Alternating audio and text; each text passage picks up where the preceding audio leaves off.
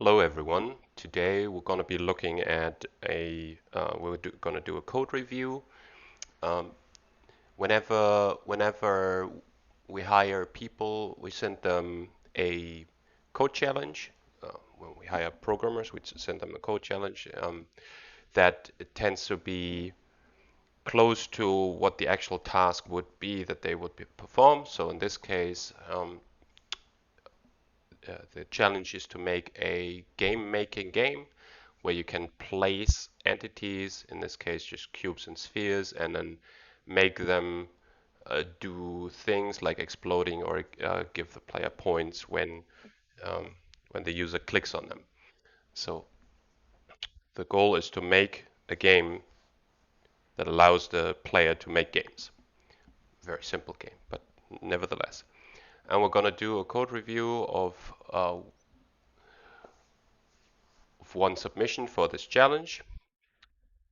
We're going to call the programmer Bob, and what I usually do when I do a code review is I open up the game and I play it first. So let's go into the build settings, find out which scene we should start from, the main scene in this case, and give it a go. I haven't looked at this before, so I don't know if this is actually working. I haven't looked at the code. We'll do it live, and you can follow my progress. Okay, so basic cube, basic sphere. Let's place a basic cube. Okay, that works. And let's place a sphere. That's good. Okay, I can place more of those. Here's a selection tool, so now apparently I can reselect those. That's nice.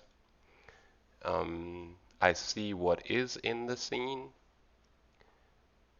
kind of like a Unity scene view. Oh, there's more down here. Let's make this bigger. Nice. New scene clears everything. That's great. Place a cube. Yeah. Let's try to add some functionality to the cube or the sphere. How would we do that? Basic sphere is active. Okay, we can collider, box or sphere, mesh. Oh, interesting.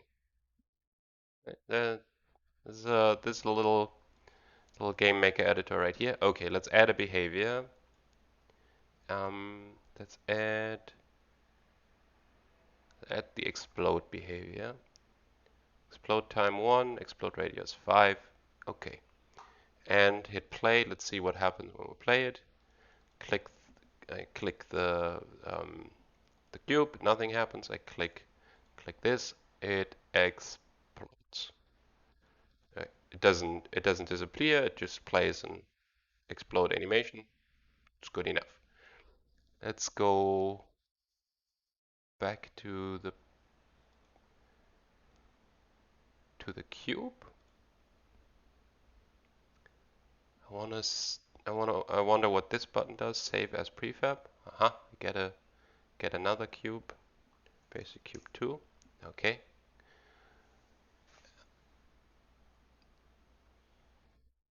Oh, that's interesting. I should have renamed it first because now the prefabs are both called basic cube, but this must be the basic cube too. Okay. Wonder what happens if I delete the prefab from the list while it's still placed in the game. It's just a prefab, I guess. Maybe it gets baked into the scene. We'll figure all that out. That was not really part of the challenge. This is the challenge was just like, okay, you want to be able to place a cube and a sphere and then make it have some behavior and then have a play mode where you can actually play the game that you just made and see things explode or give you points, right? So this is already a lot more advanced than what was asked in the challenge, and that's perfectly fine. You're always allowed to make it more complicated. Okay, now I have a problem. How do I scroll down here? I don't think I can. Um, okay, save as prefab. Doesn't. I just deleted the collider and I added the add points function. I would guess that this doesn't work anymore, right? Because if it doesn't have a collider, then how would it detect me clicking on it? And yes, it doesn't. It doesn't give me points. So it's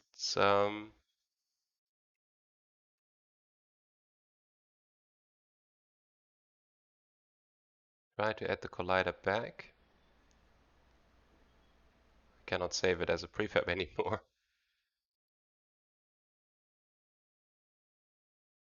Ah yeah. Okay, it disappears. It gives me 100 points. Cool. And when I press stop, it comes back. That's good. Good. So there's obviously room for interpretation, right? That like the fact that this does not disappear when it explodes, uh, the challenge did not specify that. The fact that this does disappear when you click it, I don't think the challenge specified it. So um, this is perfectly fine. It works. There's a nice diamond to show what I have selected. Let's look at the code. Let's look at what went into this.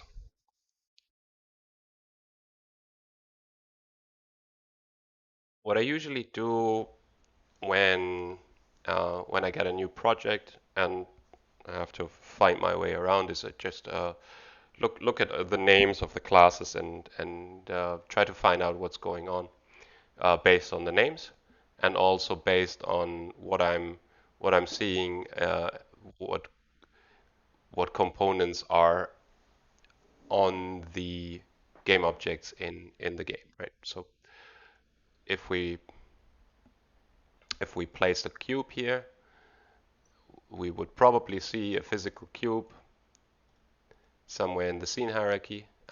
Here's an entities game object, and it has one of these prefab entities placed. There's an entity instance script which we need to look at, and it lists the behaviors that this entity has. In this case, it has a collider, a mesh, and then just a base behavior for being an entity. Oh, that's the isActive part. So those are mirrored here. We saw those. Gonna look at all of these, and then I would expect that um, if I go and add another behavior to it, add a behavior, add points, that would then show up here. Yeah, okay, we have the last one here, add points. Okay, let's let's dive right in. What does it mean to be an entity? What does it mean to have these behaviors? Where do they all come from? Um, how does it all work? Start with entity instance.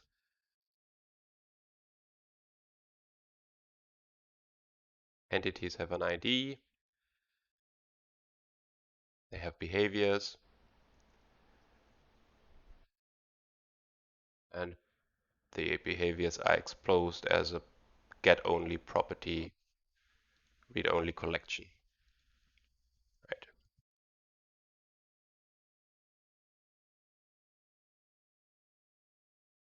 You can attach and detach behaviors. Makes sense.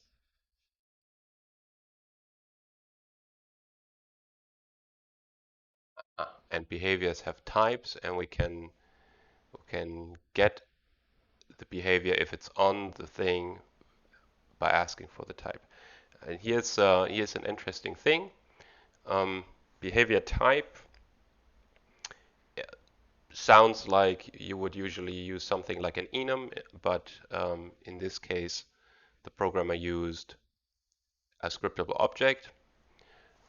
That's a very nice touch because in Unity you can use scriptable objects as a replacement for enums, and you can have lots of because you can like with enums you can only compare if they are equal to each other, right? If you get two variables that are both of the same enum type, you can compare, are they the same? Are they both box or both sphere? And you can absolutely do that with scriptable objects as well. If you have two scriptable object instances, are they both the same instance or not? And so is a nice way to add a lot of data to your enum that can then have additional functionality associated with it. So in this case, we have an enum here with um, we have a scriptable object as an enum pattern here. Let's find those. Game data, maybe. Use a list here. Behavior type. Yeah. Here are our behavior type enums. So we have a type for add points for the collider, entity base, entity base. There's a unique field, so I'm assuming if I try to add two of them, I wouldn't be able to do that. The enums come with a prefab that gives the um, gives the functionality. We saw that earlier when I place a cube, it has it has actual prefabs attached to it that do the thing in the game.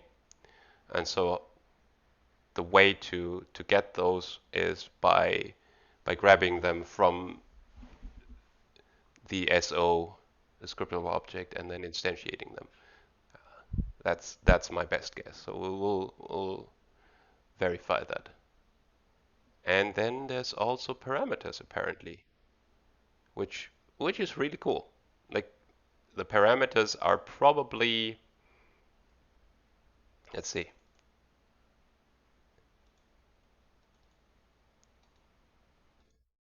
parameters are probably what is exposed here into this inspector, where I can select whether it's a box or a sphere, or whether it's a Boolean active toggle. So all of this has to be coded up somewhere, right? You need to specify that there is a parameter which is called as active, that it is of type Boolean, and then when you have to have a method to discover the parameters on your behaviors and then render an inspector for them. So all of this seems to be handled in these scriptable objects. Very elegant. Like it a lot.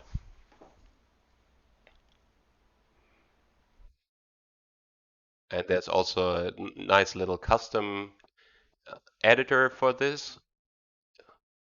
Like it says, okay, you want to add a new parameter, you can just type something in here, and then it will probably generate it and, and hooks it up. Because by default, the inspector would end right here on this line, right? And then now there's an extended inspector where this mesh behavior type parameter, which we see here, is being expanded into this editor, so that we don't have to click here and then actually look into it uh, and modify it there. Very nice quality of life kind of thing, and a great way to use Unity, because writing inspectors, custom editors in Unity is a tremendously useful thing to do for productivity. So great job here. Let's actually have a look at how this works, okay? So, okay, this is the scriptable object, and then there needs to be an editor for the scriptable object right here. Okay, extends from editor on inspector UI, it draws the base inspector, and then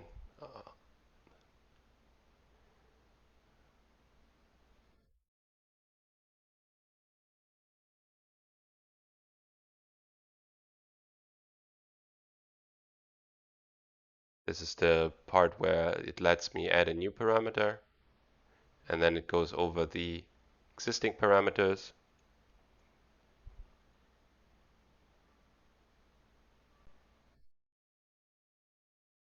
Lets me delete it. Cool. Go something in something. Haven't seen that.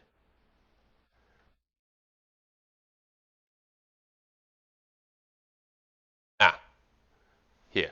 This is really nice. So the parameter itself already has an inspector and um, can draw it itself, right? Which is what happens when I go here. So instead of just, I don't know, rewriting all of that, it just says, okay, just give me the inspector that this parameter would have had. Um, I wonder if that is actually just a read-only thing or if I can actually modify it. Default value 5. Let's see. Oh wow, that seems to propagate into the real thing. So not just read only, but yeah, it's right here in the real thing. Didn't know that works. That's the other nice thing about doing code reviews and doing code challenges. I've used Unity professionally for almost 10 years now, and I still learn new things because different people have no different little things inside the Unity engine, which is massive. So just learned something. Very nice. Okay.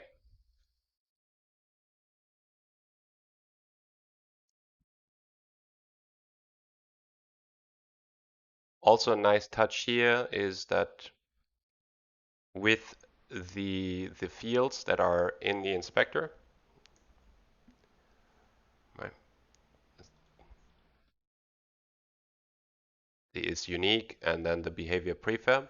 There's an actual tooltip associated, right? So I can hover here and I will get a little explanation of what this field means, and it's pretty easy to do that by putting this tooltip attribute on it.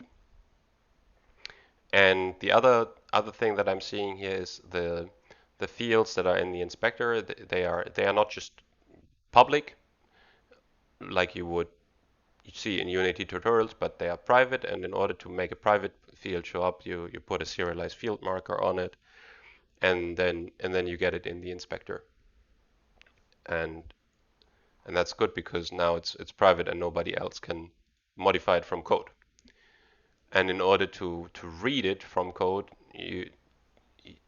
there's this get only property. So after every field, there's a get only property that exposes the field.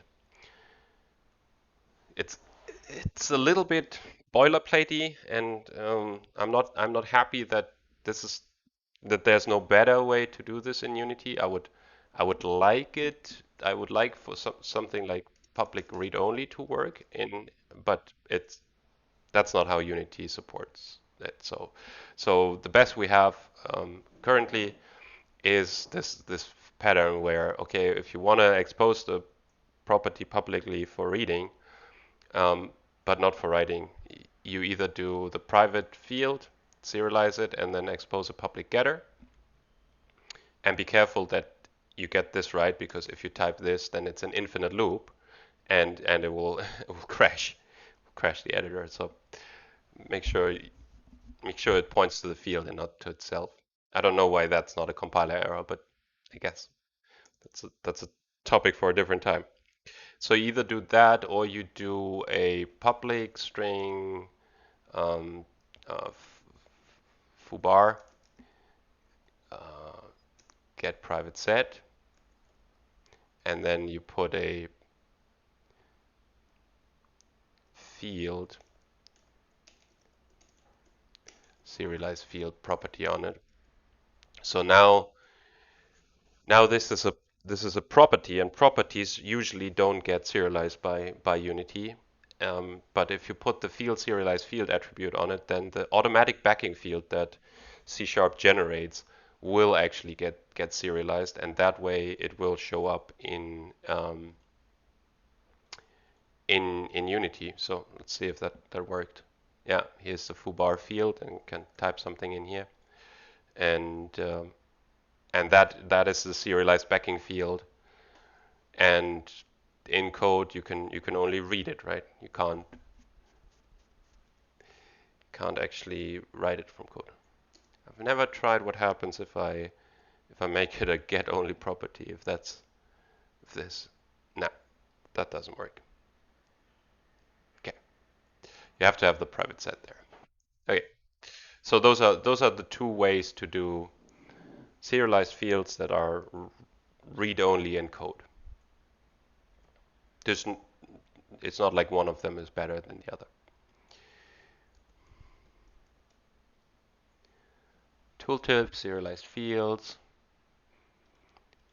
You've noticed that these are prefixed with m underscore, and in Unity it doesn't show m underscore. That's a special quirk of Unity. It just underscores m and m underscore in front of a variable name will just get filtered out. Unity itself is using the same pattern where, okay, if you have a, say, you have a vector2, the way vector2 actually is implemented under the hood, I mean, it's serializable. Um,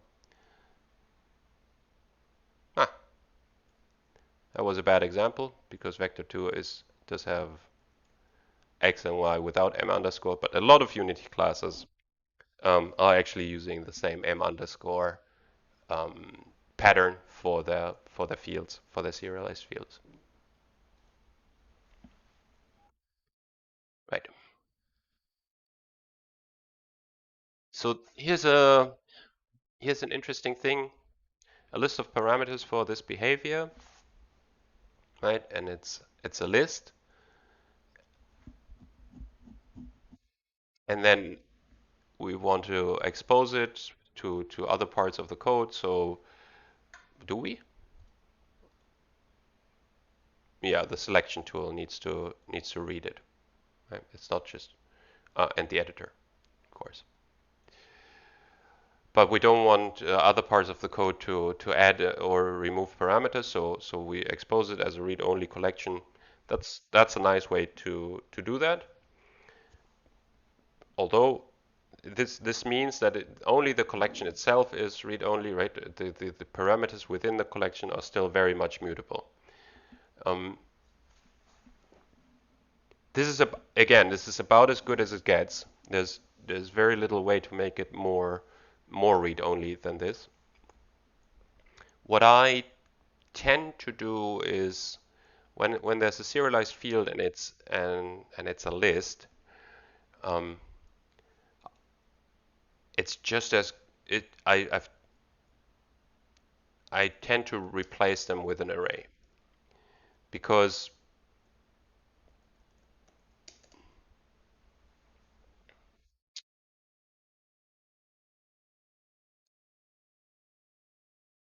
an array is inherently a read-only collection in the sense that you can't just like add or delete to an array, right? It's just there's no add or delete function on it, um, and and so the only thing you get from a list in it that you don't get from an array is the ability to dynamically put things in it. But that's exactly not what you want, right? In code, you just want it to be um, in code you want it to be fixed. That's why we were exposing a read-only collection. And in the editor, in the inspector, you want it to be dynamic. You want to be able to add or remove items to the list. But the Unity inspector can already do that for arrays. So like this plus button here still works. I can still press it and I can still assign stuff to it or remove stuff to it, even though this is now an array and not a list. And what does this buy me? Why is there a difference? Well, there are two. It's a very minor point, but um, okay, it saves me some typing. Um, it saves me this read-only collection kind of thing, but it also saves me one layer of indirection. So when you have a list of something, the list itself is a class that lives in memory somewhere, and all it has is a count and a backing array, or maybe not even a count. Maybe it just uses the backing array, right? And whenever you add or remove to the list, it just throws away the old. It makes a copy of the backing array, one bigger or one smaller, and then moves all the entries over to the new backing array, and then throws away the old backing array. And so, but the backing array of the list lives somewhere else in memory, potentially in another page, potentially far away. So you almost always get a cache miss when you access something um, through a list, because first you have to load the page where the list instance itself is, and then you have to load the page where the contents, the backing array is. And so if you just use an array, like a naked array, um, you have to only load that, right? And it's potentially one page miss less. So that's one way of reducing cache misses, which again in tiny little demo games like this, it doesn't even matter because performance will be ridiculously good anyway. But if you build bigger games, cache misses are a real performance killer. And the other thing that it buys me is this is now cheaper to instantiate for Unity. It that and for scriptable objects, it doesn't really matter because you're probably not going to instantiate scriptable objects at runtime, right? But if this was a prefab, a modern behavior on a prefab, and you instantiate that prefab, then what happens is Unity has to um, instantiate the game object, right, and then the transform and all your scripts, and it has to instantiate all the serialized fields that are on your scripts, um, and just instantiating a naked array is just a little bit cheaper, as just a little bit less memory overhead than instantiating a list with a backing array implicitly. So the wins are very small, but I don't see any downside. So that's why I'm doing it, right? I'm not actually using anything that the list gives me. Um, so therefore, programming is all about trade-offs, and in this case, there are some minor benefits and there is no downside whatsoever. So so that's why I'm using an array.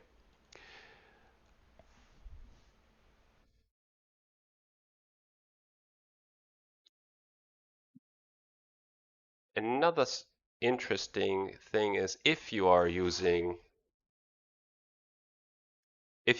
collections, um, like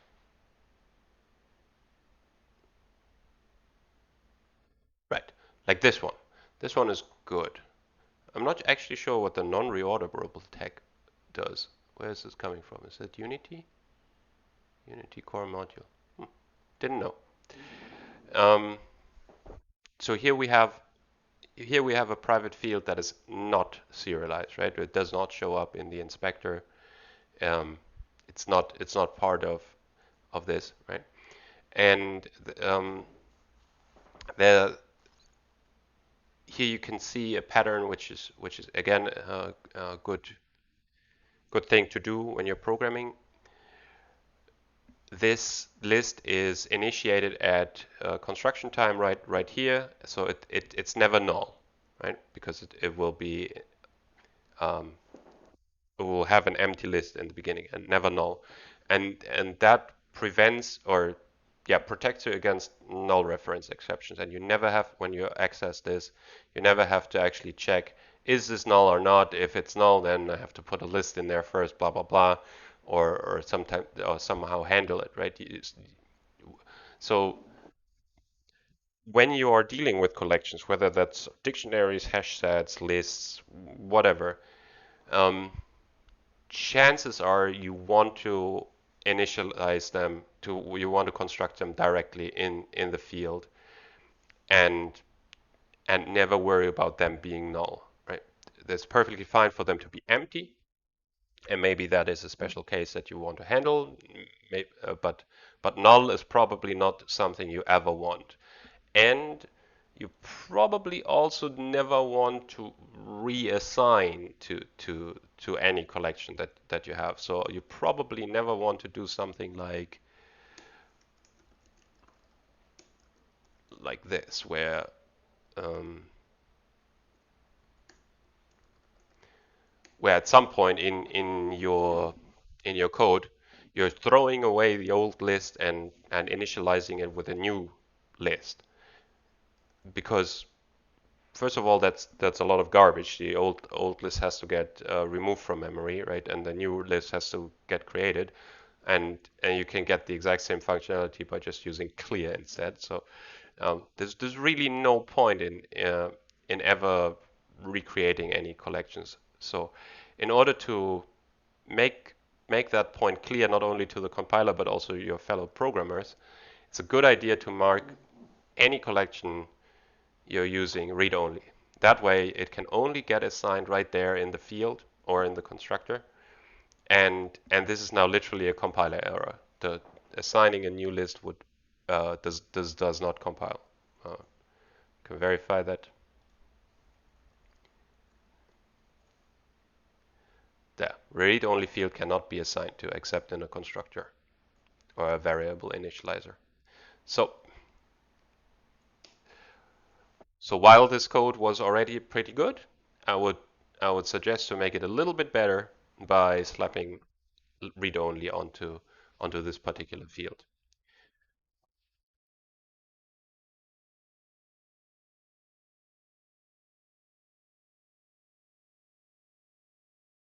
And confusingly, this read-only and this read-only here, they mean different things. Right? This read-only means that the field itself cannot be assigned to anymore, and this read-only here means that the collection itself cannot be added um, or removed from it.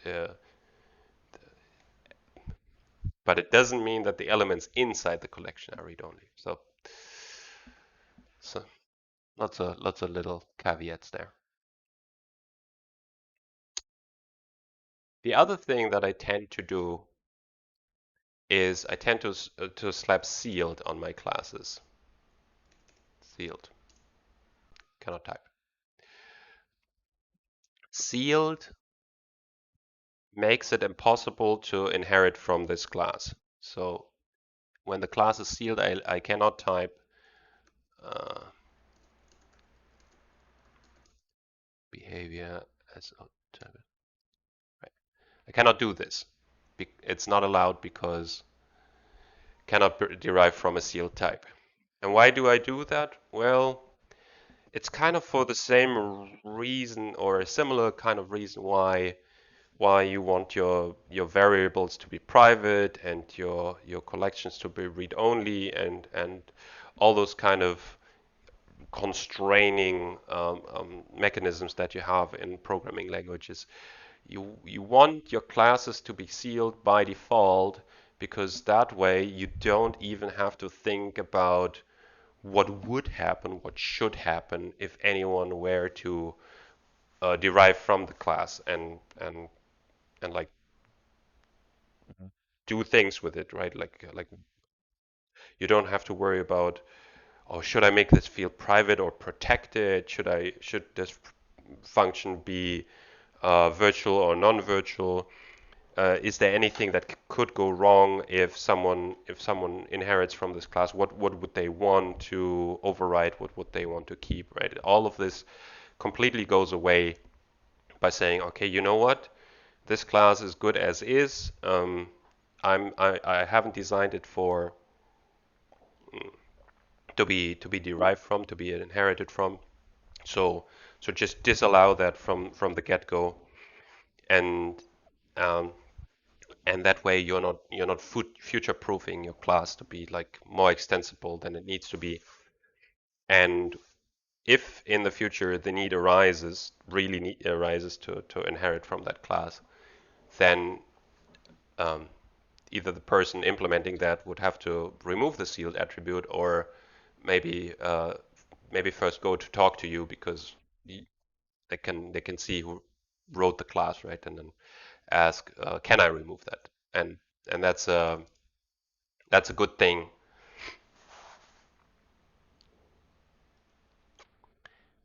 And that's a good thing because then you can stop them from doing that, right? Because maybe maybe there's a good reason why they shouldn't be doing that, or why maybe there's a better way to do it, maybe the composition over inheritance or something like that. Okay,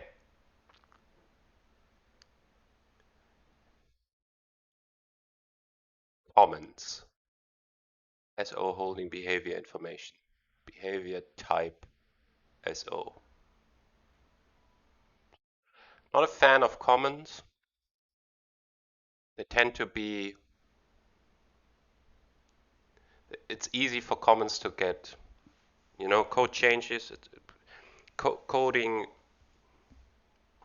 coding is all about change. You code it up in a certain way, and then later you find out you need to change it because new requirements came in, or there's a bug in that, and the way you programmed it is not right. And so so the cost of writing code tends to be very, very small compared to the cost of maintaining that code forward over the years, porting to various platforms and adding features and fixing bugs and all those kind of things. So in order to maintain the code, if you have commons, you also have to maintain the commons. It's extra work. So again, coding is all about or engineering is all about trade-offs, right? So I'm putting something on the negative side of the scale. Now, what are you putting on the positive side of the scale to let me know that, yeah, in this case the comment um, is worth it. And SO holding behavior information. I know it's an SO. It's right here, and it's also right here. It says behavior right here. Um, it says type, behavior type. That sounds to me a lot like an enum, and that's really all I need to know. I'm not sure if this is adding anything. If it doesn't, I don't learn anything from this comment that I don't know already by just reading the name of the class, right? And that's exactly what you should be aiming for. Names that are clear and speak for themselves. And that's one of the hardest problems in computer science. So I would just delete the comment. Create default behavior data, create behavior data of this type with default values. Doesn't add any value. Returns. Well, it returns behavior data. Doesn't add any value. Get rid of that. Here we see use of regions, especially in the outline. Um, you can see where the regions are. That's It's a nice way to structure code, and chances are um, if you have an IDE that has some sort of outline feature, it's very, very useful to have regions in there, and um, maybe you can even you have folding or something.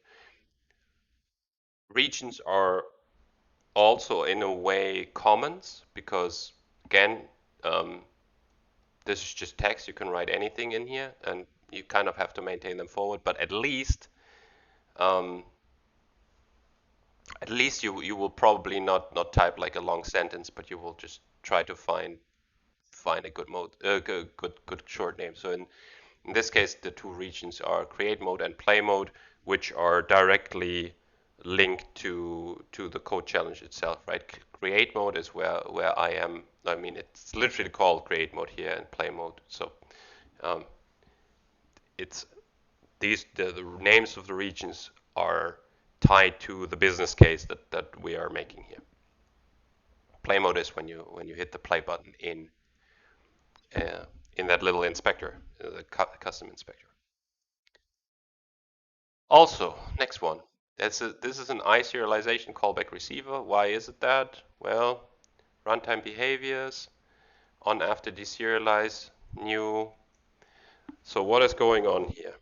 This is um, this is difficult to explain.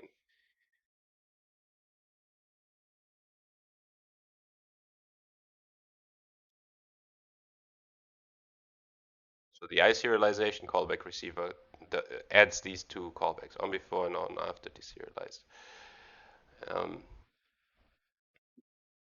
which I think are still there even if you don't put it in the interface, but I'm not 100% sure actually. Let's find that out. Or rather, I'll leave that in here for now because we want to talk about it.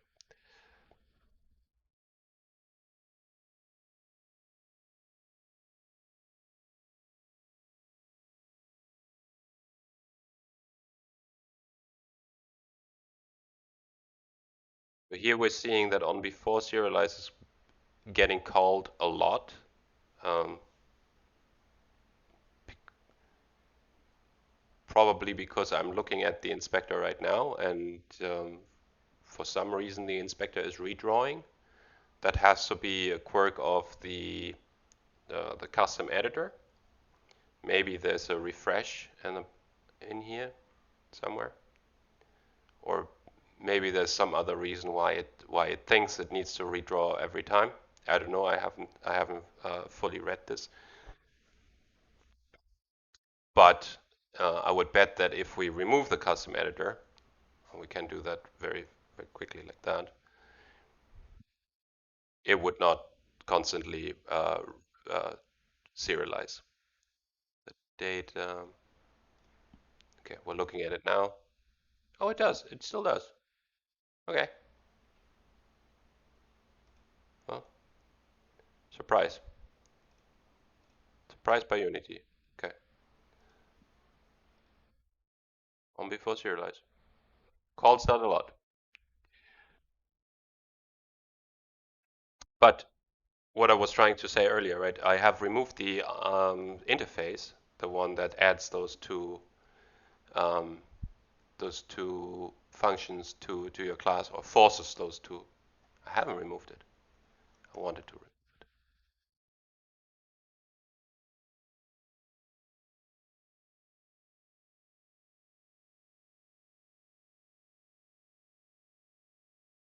Okay, that answers my question. So without the interface, the scriptable object actually does not receive those events, at least not from looking at the inspector. Now the other question is what happens if I enter or exit play mode in Unity, because um, okay, also doesn't fire any of those events. Good to know. Putting that back in.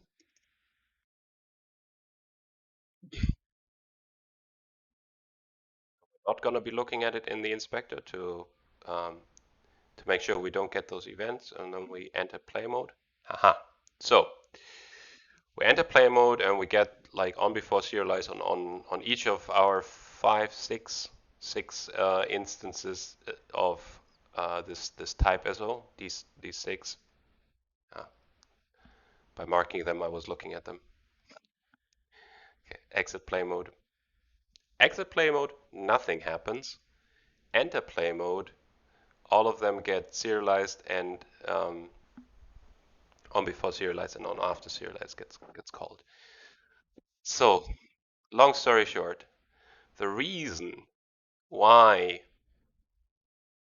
this was in here in on after deserialize is to make sure that when we start the game, that this collection will be empty and not have any garbage from the previous run of our game in there.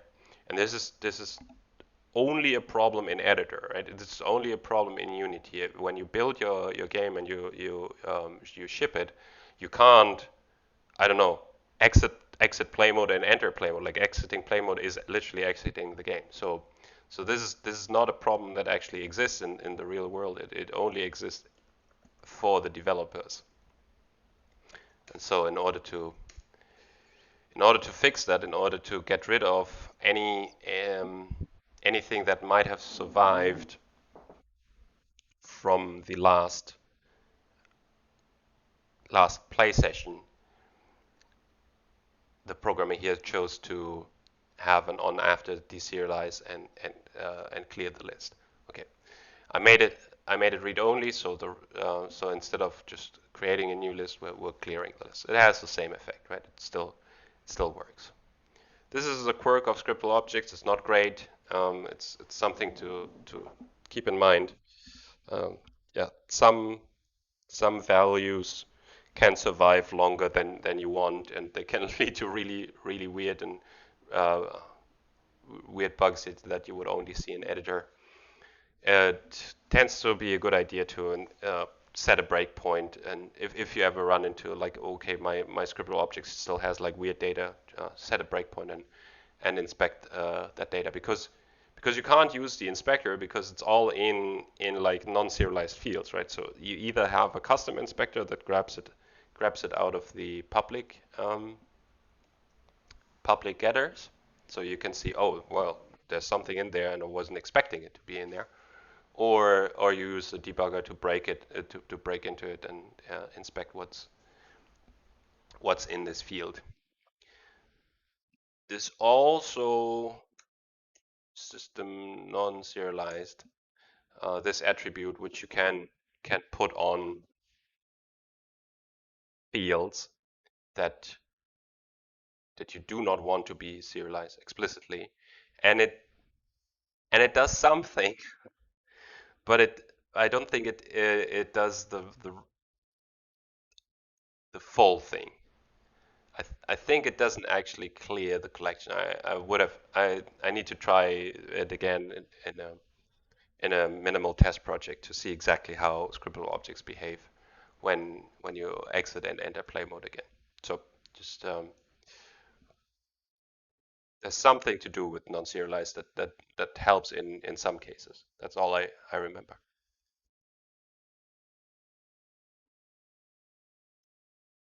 Right.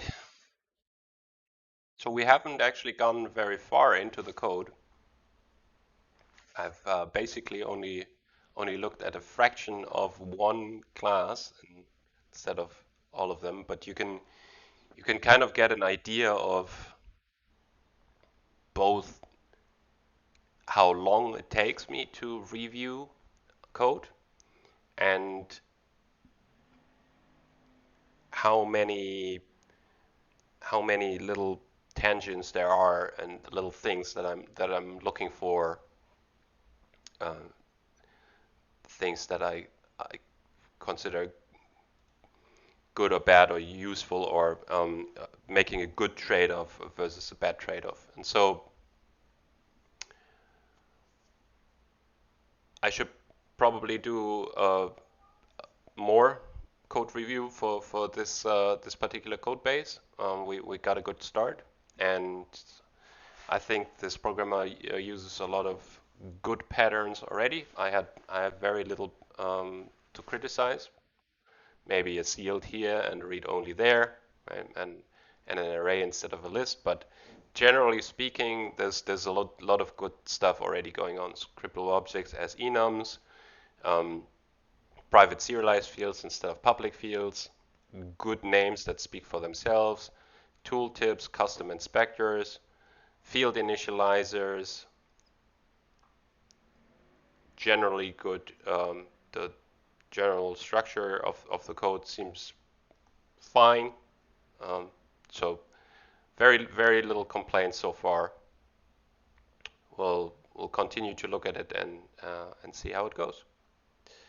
And that's enough for today.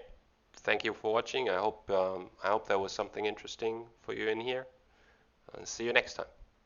Bye.